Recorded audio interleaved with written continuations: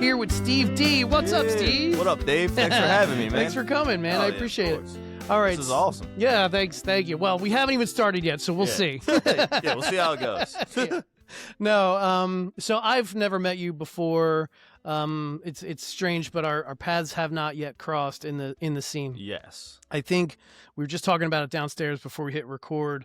I don't remember because I'm a little bit backed up on like when I schedule these things. Yeah. It could be months. No, since, I think it was our buddy Shay. Shay, who, Shay Arthur mentioned. Okay. It was either Shay or one of the many open mic night community people. Right. Shay or Jay Runyon maybe suggested hit you up and okay, cool. promote some of the stuff, talk about the music and the scene and stuff. So That's yeah, awesome. Man, it's awesome. I love what you're doing. Thank you so much. It's cool, dude. It's awesome. Yeah, supporting the local South Jersey That's scene, right. dude. That's right. That's all about. It all started. This whole thing just started kind of like as I entered the music scene. Yeah. Back in 2021. Okay. I first started doing some open mics. That's and then, when you first started playing? Like out and about? Yeah. Nice. 2021. Nice, right dude. after COVID, I was I my marriage failed. I ended up moving in an apartment. Had my kids half the time, so I had you had some free time. Some free time, yeah. right? Exactly. So I'm like, what am I going to do? I could just sit here and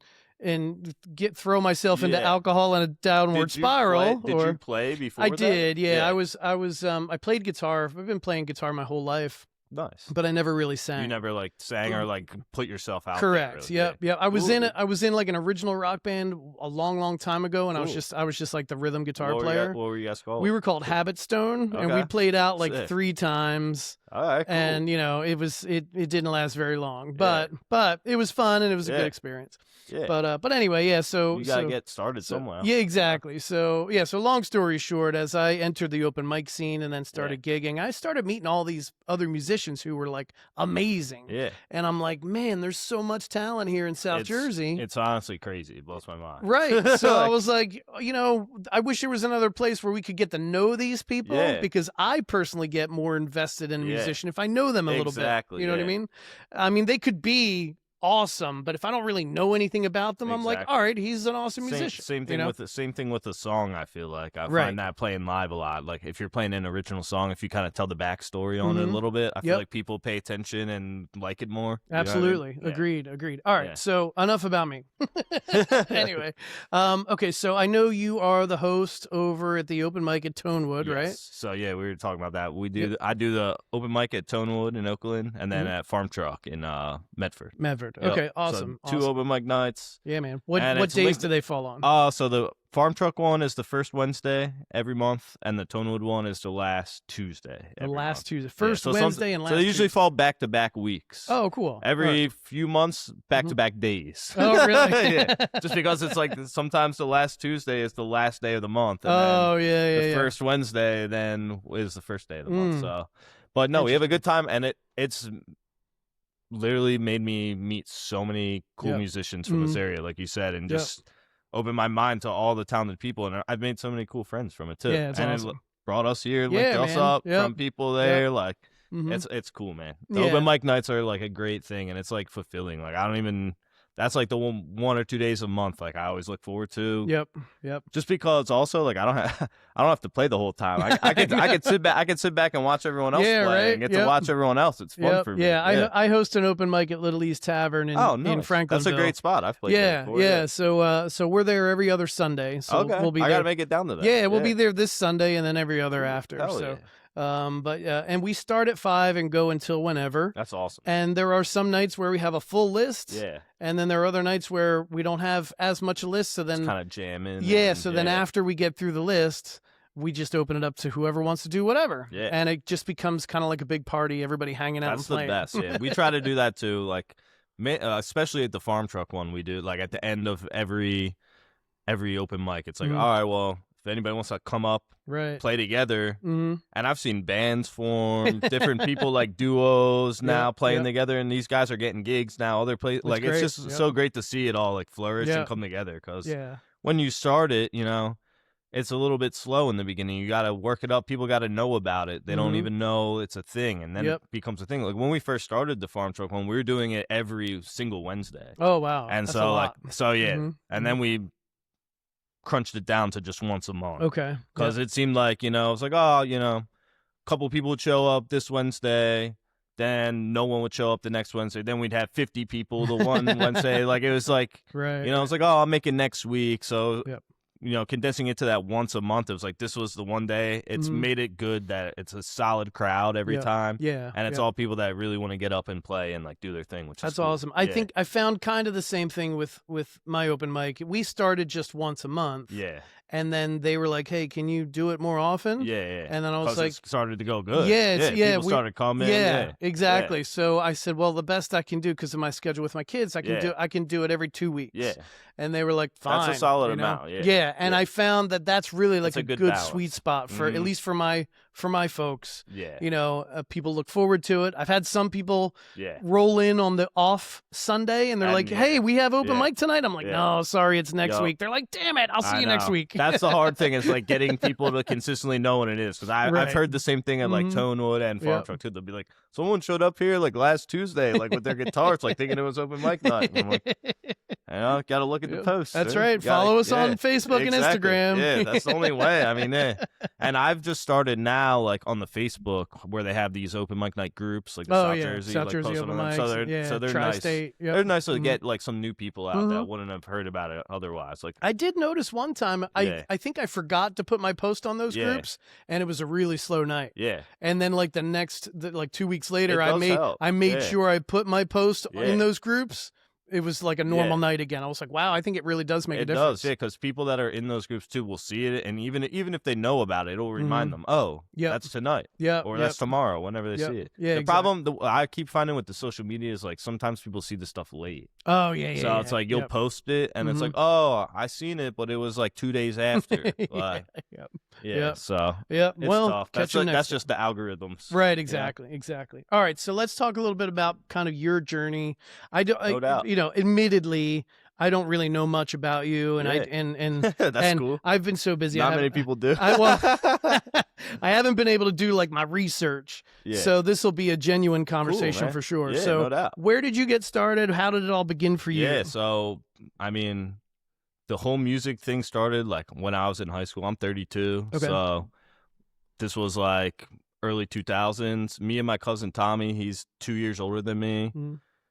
We always been jamming like our whole lives. Like there was always guitars, stuff around, and he was always really good at playing all that stuff. So I kind of learned a lot from him. So I could play almost anything: drums, guitar, bass, keyboard. Like I play everything basically. Awesome. So we started a band. It was really his band, Suburban Sensi, and we did the thing. From like we started probably like 2008, and then I mean it's still technically could be alive. We're kind of in like a hiatus mode right now. we haven't gigged in a couple years, probably since like 2022 maybe was our last gig. I'm not really positive, but we did a lot of stuff. We started right from the bottom. We were in high school playing at like bars, sneaking in, like playing, opening for people, and then doing all the like Philly stuff when you're like at that rate, like playing at like the Troc, like all the pay to play like places. Yeah, sure. So like when I'm a kid, like I'm in high school playing at like the Troc, I'm thinking like I got it going on. We're like, this is cool. Like, and then so we kept at that. We released a couple albums. What kind of music was that? It was like kind of a mix of like. It really started as kind of like a Sublime kind of feel, like party, like reggae rock, like, we're going to smoke a bunch of weed and drink beer on stage. And like, that was like the vibe, like get the party started. Like, and then, it was also turned into more like psychedelic-y, like jammy, like as we evolved, like getting into more jams and planning a lot of like festivals. Like we would do like the Camp Jam in the Pines every year, nice. like Beard Fest, like all those like hippie jam band festivals that would like come around. That was like our thing. Yeah, there's a couple of folks at my open mic at Little East that go to those things all the time. Yeah, I know. Yeah, that's how I know about those places from those folks at Little East. Exactly. So we did that. We started like doing like some touring a little bit. Really, we opened for a bunch of awesome like big bands in Philly. Like they would like the venues in Philly would start hitting us up because we were getting to be like, oh, that's awesome, kind of like the local reggae rock band around. Anybody notable that anybody I would know? We opened for 311. That really? That was like the biggest one probably. That was at Festival Pier. Okay, it was them and Modest Yahoo. We did the Whalers. We opened for like Yellow Man, the Expendables. Like we played all the spots in Philly. You know, like TLA, awesome. Festival Pier. We did the Reggae at the Park at the Mann Center, which was like a million awesome reggae people like Ziggy Marley and stuff. Right. Yeah, that's like, amazing. Yeah, it was cool. We were doing the thing, and then we even did our own festival. We called it Sensi Family Gathering. We actually had HR from Bad Brains. Oh, really? And he played a couple songs. No shit. Yeah, it was great. So we were doing the thing for a while. COVID happened. Things kind of slowed down. Like all the venues and bars that we were playing at, besides like these bigger venues, they wouldn't have us because it was COVID. They were like, we can't have 5 people stand next to each other like that close in our place. So I was like, but a lot of them wanted to still do music, so they were like, we could have you come play acoustic. So that was something I never really had done before, even though I play acoustic guitar all the time at my house. I know a million songs, so I kind of was like, well, all right, I guess I'll try it. Like I'll play acoustic. So you just do it by yourself then? So I started doing these acoustic shows, and now I was always working just like dead end jobs, whatever.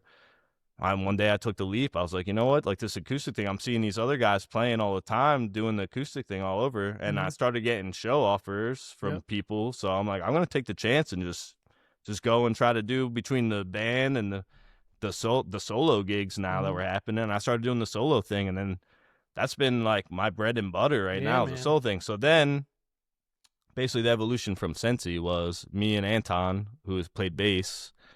We started right around COVID. We were like, well, what's another way we can make some extra money? Things are getting slow. We weren't getting as many gigs.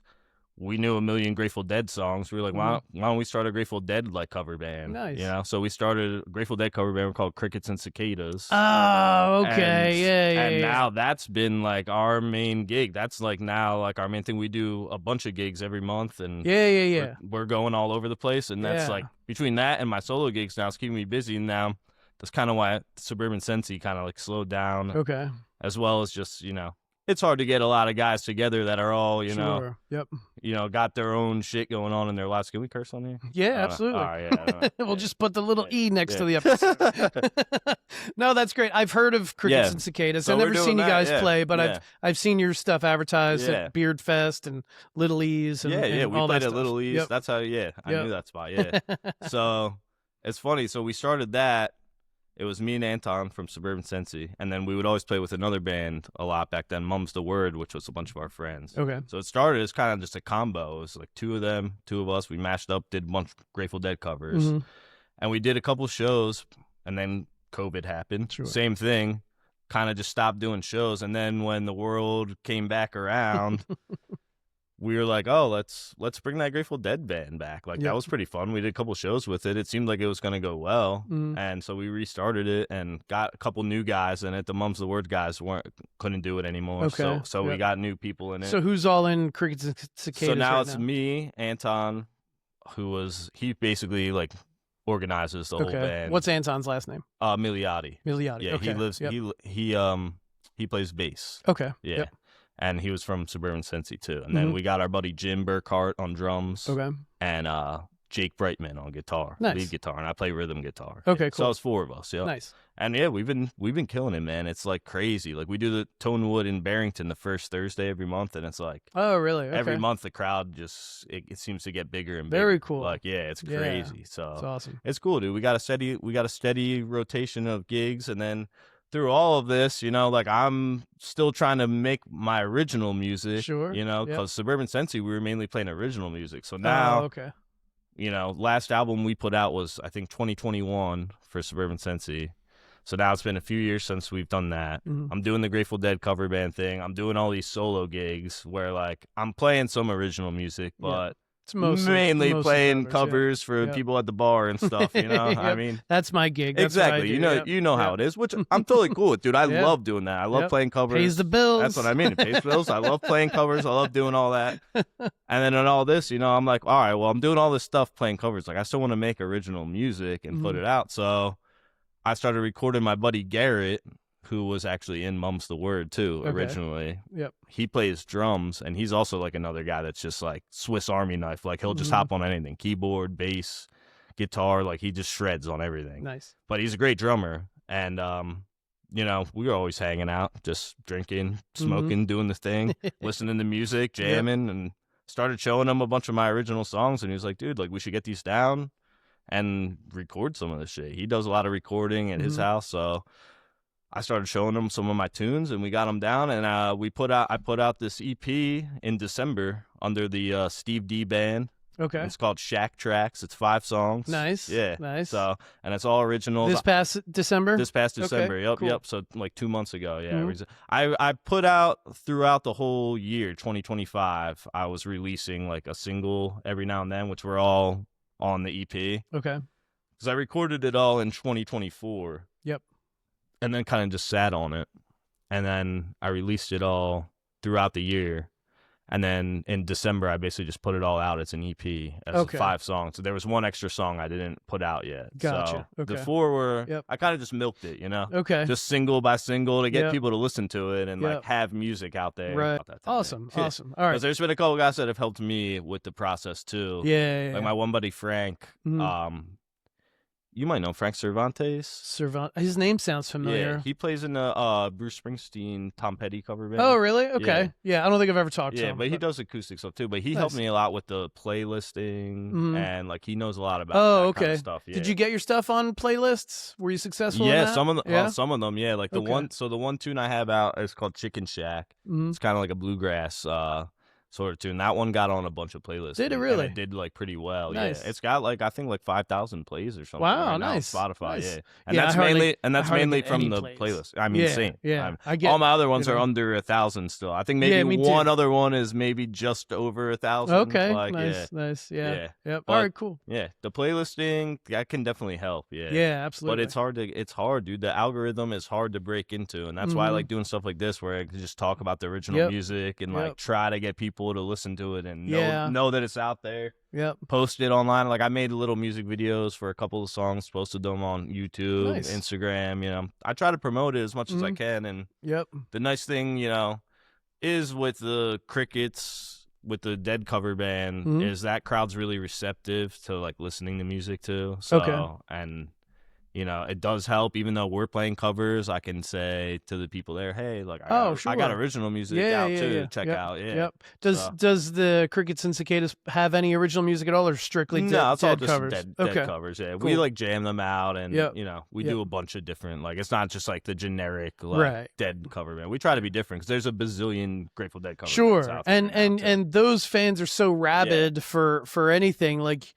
You could play the deepest cut of deepest cuts, and they'll know every word. Yeah. You know? That's what we do, and that's why people like us. I feel like that's awesome. Yeah, we try to have fun with it. Yeah, that's cool. Yeah, very cool. All right, so you've got this EP out. What's it under again?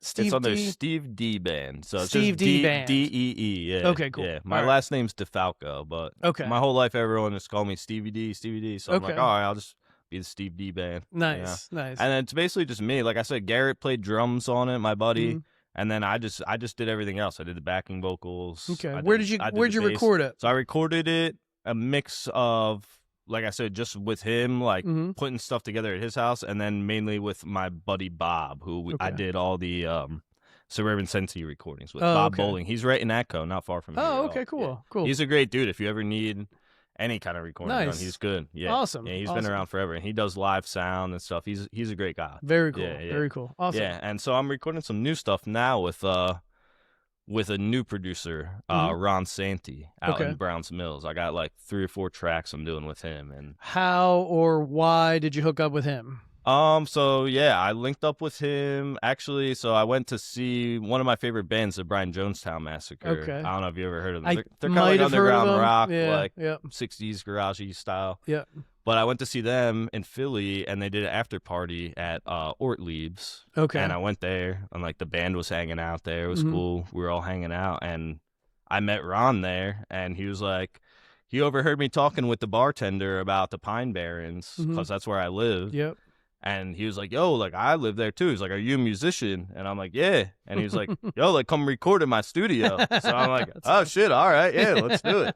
So we linked up, and he does actually a radio show on, it's Garden State Radio. Oh, really? It's like an internet radio. So every Tuesday night, so he's probably doing it right now as we're talking. Yeah. That's cool. Every Tuesday night, he does like a radio show. So I went on and I promoted the album with him. Nice. And I did his radio show maybe like a month ago. Okay. Or 2 months ago, I don't know, something like that. Probably like 2 months ago. Yep. And when I was there, he was like, "Yo, let's record a song." Like, very cool. So I started recording, and I've been going there a bit, and we've been recording a bunch of cool shit. So what do you think the plans are with him, with the stuff you're recording with him? Some of it will be probably more like Steve D band stuff. It's definitely a different vibe than the one I have out now. Is it gonna be another EP or probably like singles? Okay. There's a couple of different things we're working on now, because me and him kind of hit it off, and we've been like, now he's real into the reggae stuff too. Oh, cool. And so like the EP I just put out is more kind of like Americana, like bluegrass country feel, which I love that style. Like, I love all kinds of music. So like my like range is all over the place. Like I'll do even when I play like the acoustics, like I'll do a reggae song, and then I'll do a country song, I'll do a classic rock song, like whatever, like funk song. Like I'm about all of it. Like I love it. So like I said, I always did the reggae stuff with Suburban Sensi, and he's actually in a he used to play with a bunch of different reggae guys and stuff. He did a bunch of different bands too. Very cool. But so we kind of hit it off with the reggae thing. So like the first track I recorded with him is more like garage rocky, psychedelic sounding, totally different than what I put out now. Okay. And then we started messing around doing these reggae songs. So we're kind of maybe making a new reggae band, like a post Sensi thing here. But yeah, we got one of them is a reggae. We got a reggae Nirvana cover working on right now. And, well, technically Vaseline's. It's Son of a Gun. You know that song? Yeah. Yep. Yeah. So we were working on a reggae version of that. And Suzanne by Weezer. He just sent me today. He just recorded a reggae version of that. He wants me to play. That's so cool. I love it. And then we've just been chopping it up. So I'm excited for that project. Yeah. Whatever is in the works there. Very cool. I'm working on a bunch of new stuff. And then I got still trying to promote this Shack Tracks EP too. Yeah, man.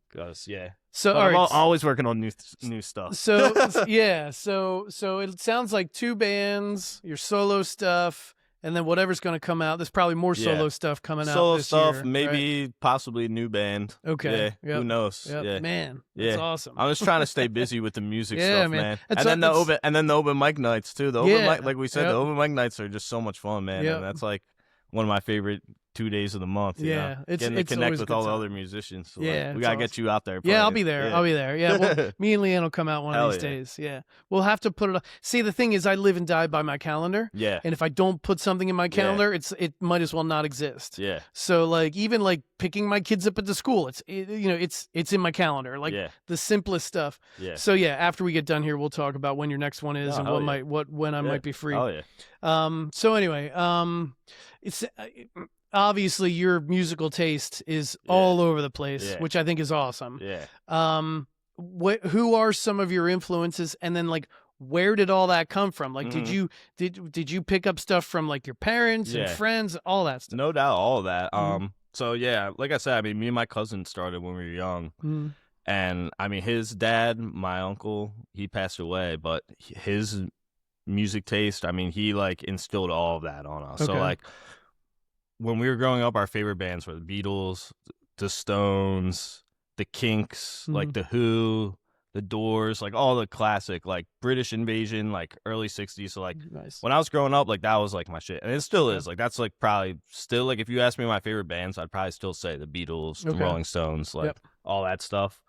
But then it kind of evolved, you know, like when we got older and actually started like playing a lot. Like I remember it would just be like we would play along to like the Nirvana records, like.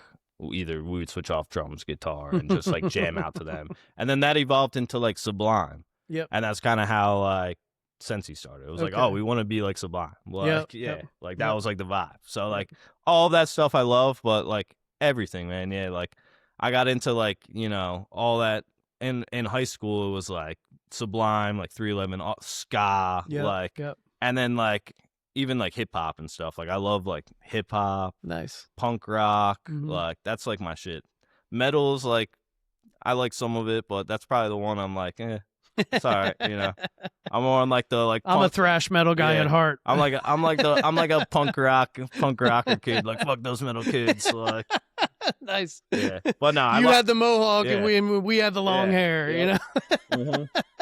But no, as I get older, I do love all that kind of shit too. Yeah, I hear it is good. And like music is just the way I look at it. Like music is made to be enjoyed. Like there's got to be something good in everything if somebody is liking it and listening to it. So I mean, even shit that's not up my alley, like I could appreciate like why somebody would like something like this. Yeah, you know what I mean, like I've come to that mental state late in life. When I was younger, I was pretty snobby, I think, when it came to my musical taste. Everyone is. I hated I mean, I hated the stuff that was on the radio because I was like, you know, but now I'm a lot older than you. So when I was in grade school in the 80s, it was stuff like, you know, there was a lot of cheesy. It was like all the 80s pop stuff I absolutely hated and basically had zero respect for any of my classmates who listened to all that stuff. Now it's a different story.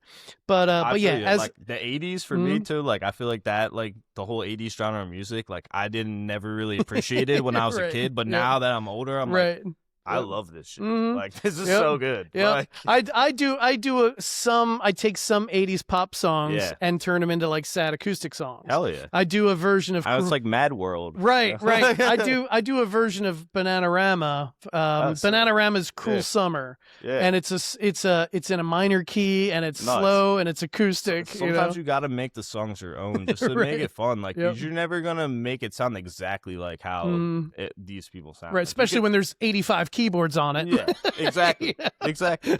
You can only sound like you know what I mean? So there's no trying to make it sound like perfect. Right. That's why you just got to be yourself. Yeah. Especially at the acoustic gigs. It's like I always joke around with them. I'm like, well, you guys are stuck with me for a couple hours on me singing. Like there might be a couple fuck ups along the way, but we're gonna have some fun. Like that's what it's all about, you know. Yeah. You know, sing some songs, have some fun. You know, try to play songs you guys like. Like that's awesome. Yeah, that's awesome. Like I want to that's the thing with the Steve D band. Like with my releases with that, like I want to be able to do whatever. Like I want to have the bluegrass album. I want to have my Americana country stuff. I want to be able to do like a reggae. I want to be able to do just like a rock album or it's like whatever I feel like. It's just my style, you know. And it's just that's why I was like, you know, I'm just gonna put this out under Steve D band, so it could just be whatever I want. It's just my thing. It's basically just me. That's great. I always try to find out, like talking about like the solo shows and stuff more now, like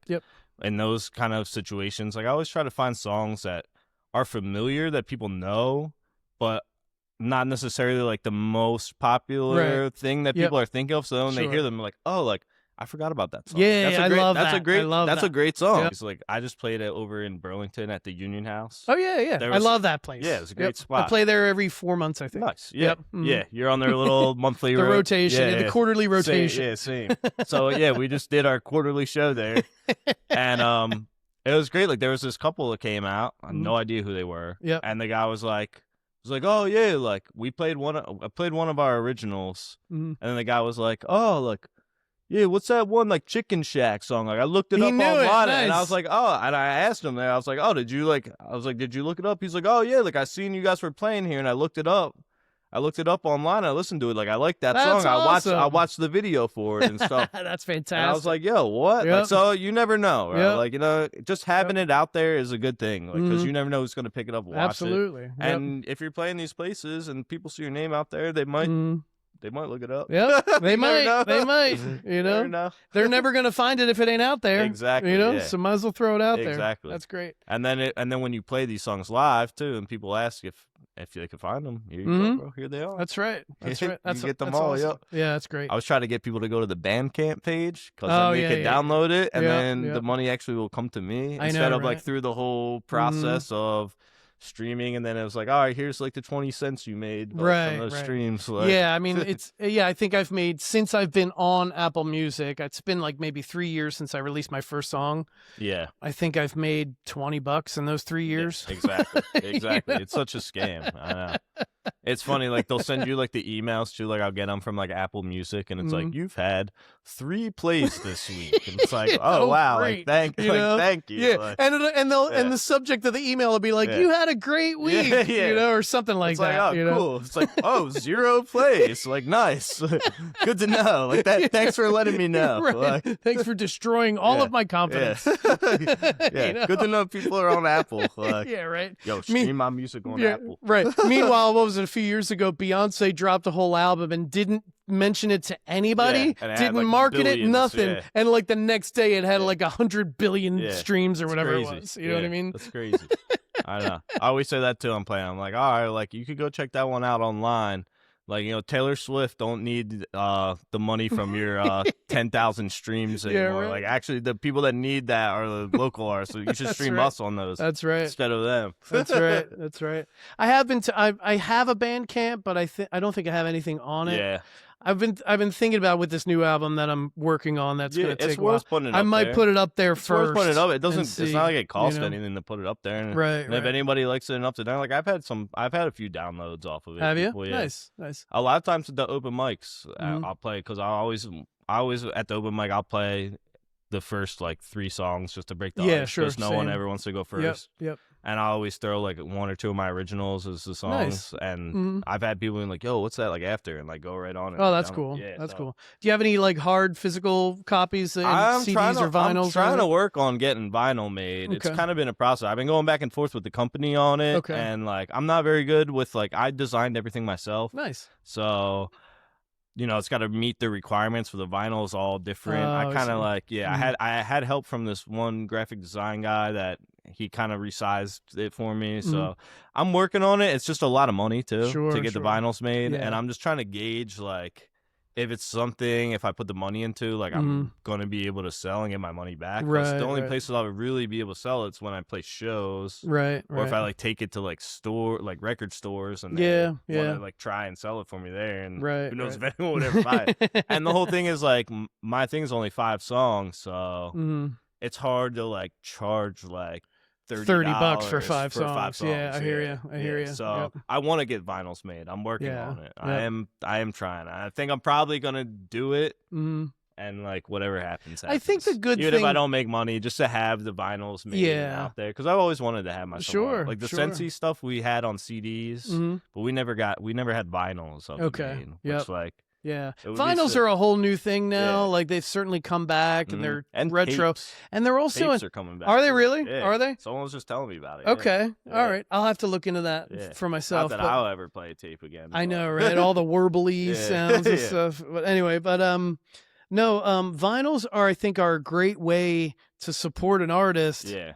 Even if you don't listen to it, you know what I mean? Like I've got plenty of vinyls from fellow musicians that I know, who I've bought their albums. Yeah. They're still in the wrapper, Yeah. Not, and I'm not saying I'm never going to listen to them. I've heard their stuff on Apple Music or whatever. You bought it, that helped them.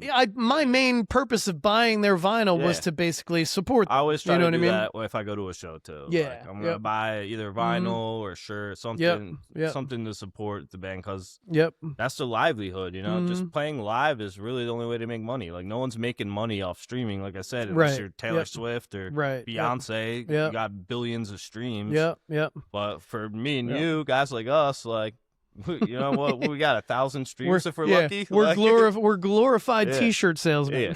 Yeah, exactly. We're merch salesmen. That's what we are. That's basically it. And just hustling the live thing. That's where it's the live gigs. You got to be able to play live. Yep, and that's the thing too, right? Because I mean, if you want to be a 100% original musician, that's great. You can. Yeah. Unfortunately, the opportunities to make money playing live are difficult. Much. You got to do a lot of the like bullshit work to like, get to the point where you're actually making money. And that's like basically what I did with Sensi. Like we did for years, just gigs for pay to play anything, stuff, for anything. Just getting our name out there until we finally had a following of people that knew our original music would come to our shows and like see us, and it was cool, Yeah, and that's when we finally were getting these opening slots. I always joke too, dude. Probably our best opening slot for like a 311 or any of these bands. I still have made more money playing at like an Italian restaurant. Like, you know what I mean? Like, I believe it. Yeah, I believe it. It's like jokeable. Like Live Nation hires you to like play these events where they're selling all these tickets. This band's got tons of tickets. Puts you on it to help out to sell more tickets, and then pays you like $200 for your whole band. It's so it's brutal. Yeah, it's like damn. All right, like you guys ain't made enough money off all them service fees. I know, right? I know. You can't toss us like $200 each, right? Maybe? And then even that, it's like, bro, like that's nothing. Like, and their mentality is, oh well, we're giving them so much exposure to all these new fans. Well, guess what? I can't pay the bills with exposure. Exactly. You know? and it's like you put us on to bring more fans. Like some of these people we brought out because they wanted to come see us. Right. Exactly. Like, so it's like what? Like, It's like they wouldn't have come just to see the headlining band, but now that you threw us on it, they're more entitled. They're like, oh, like well, I want to go support my friends. They're opening for a big band. Right. I want to go see them. You know. Yep. So it's like, well. What the hell? What the hell did we get for that? I know. You just took our fans' money and then didn't pay us. Right. Like, right. Yeah. Yep. That's crazy. But that's just the industry we're in, bro. Yeah, it's unfortunate for sure. It's unfortunate for sure. Hopefully, I mean, well, and then we could do a whole other podcast on AI and stuff, like, you hope it gets better, but then when you hear about like AI, like AI generated bands and songs, it's like, oh god, they can't play live though. That's like, true. What happens That's true. when that AI band, that song you love, that AI made, if you can't go see it live, right? Or me and you are gonna have to start learning some AI covers. I know. Could you imagine? That's what it's gonna come to. Yeah. It's like, it will be like an AI tribute band. This was written by Bot 2569. He did a really good job on it. You can really hear the emotion in the lyrics. Oh man, that's scary, bro. I don't even want to. I know. I hope it doesn't get there.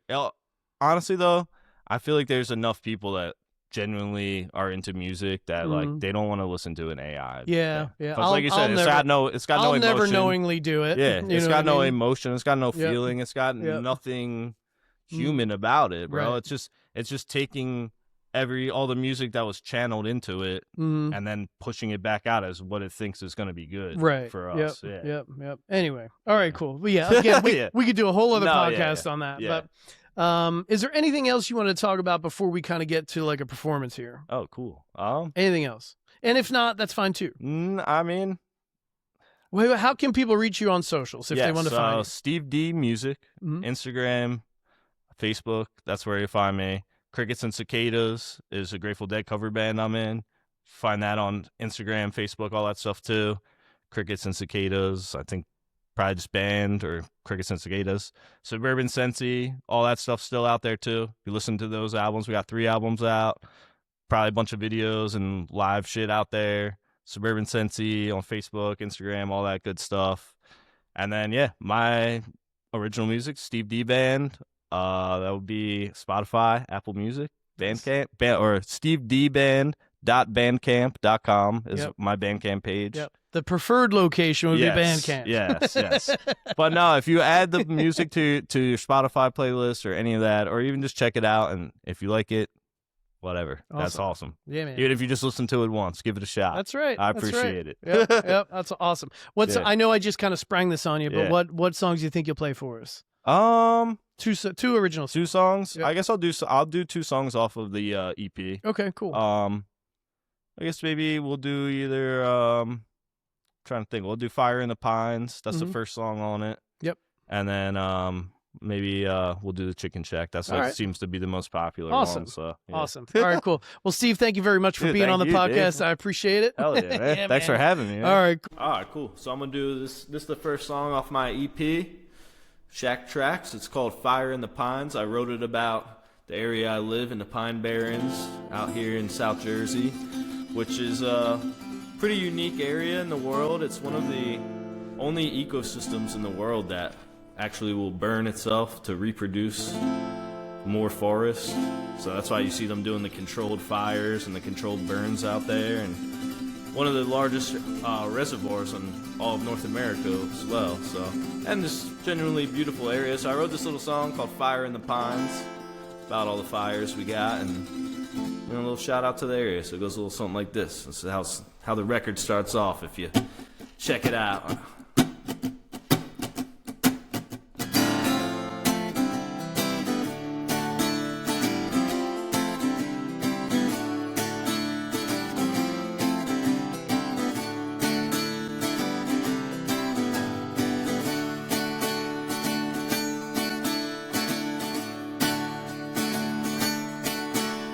I heard somebody say, would you look over that way? Saw some smoke above the trees. What do you think that could be? What do you think that could be? Well, I've seen it all before, like the Jersey Devils roar. There's a fire in the pines, and the smoke is on the rise, yeah. Fire in the pines, fire in the pines. Everyone go running high, 'cause there's a fire in the pines, yeah.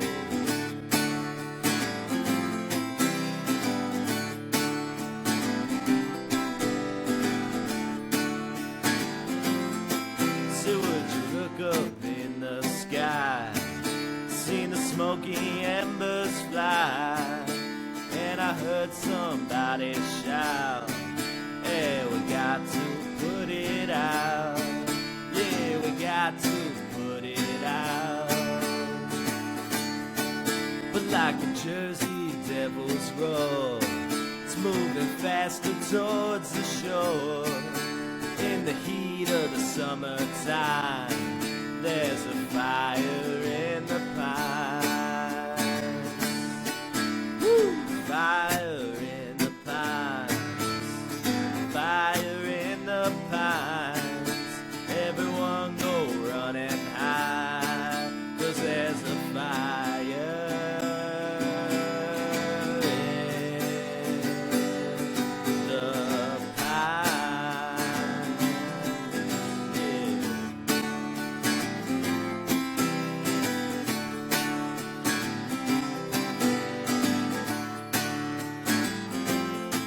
Woo! Fire in the pines, fire in the pines. Everyone go running high, 'cause there's a fire in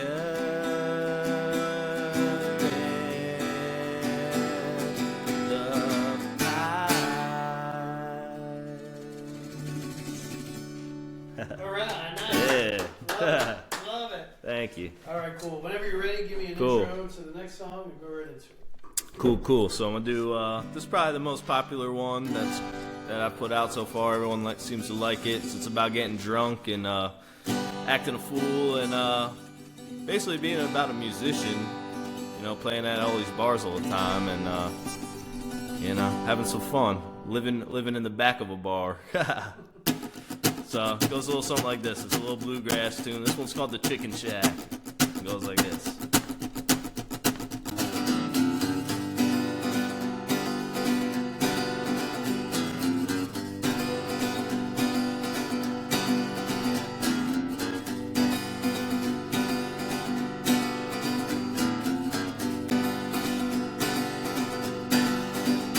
In the back of the chicken shack, well, that's where I'm at.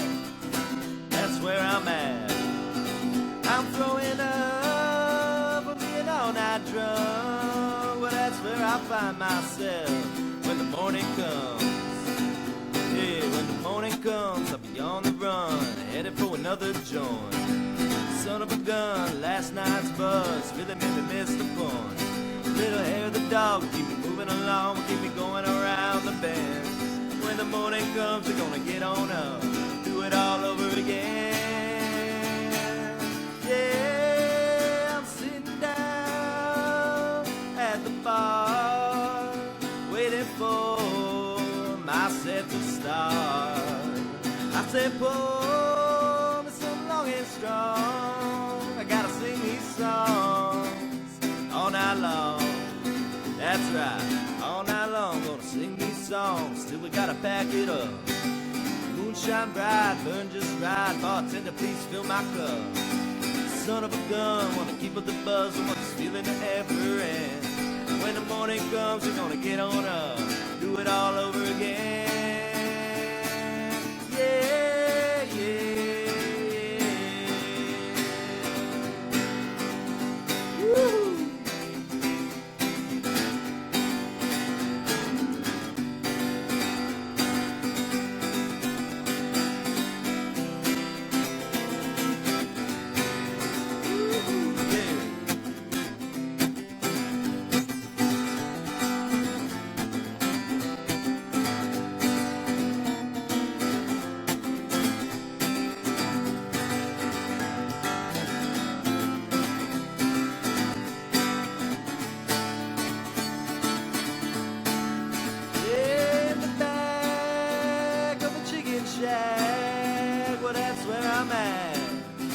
That's where I'm at. I'm growing up, bring it on, I drunk. Yeah, that's where I find myself when the morning comes. When the morning comes, I'll be on the run, headed for another joint. Son of a gun, last night's buzz really made me miss the point. The little hair of the dog will keep me moving along, keep me going around the bend. When the morning comes, we're gonna get on up, do it all over again. Yeah, yeah, yeah. All right. All right. Love it. Hell yeah. Yeah, man. Chicken Shack.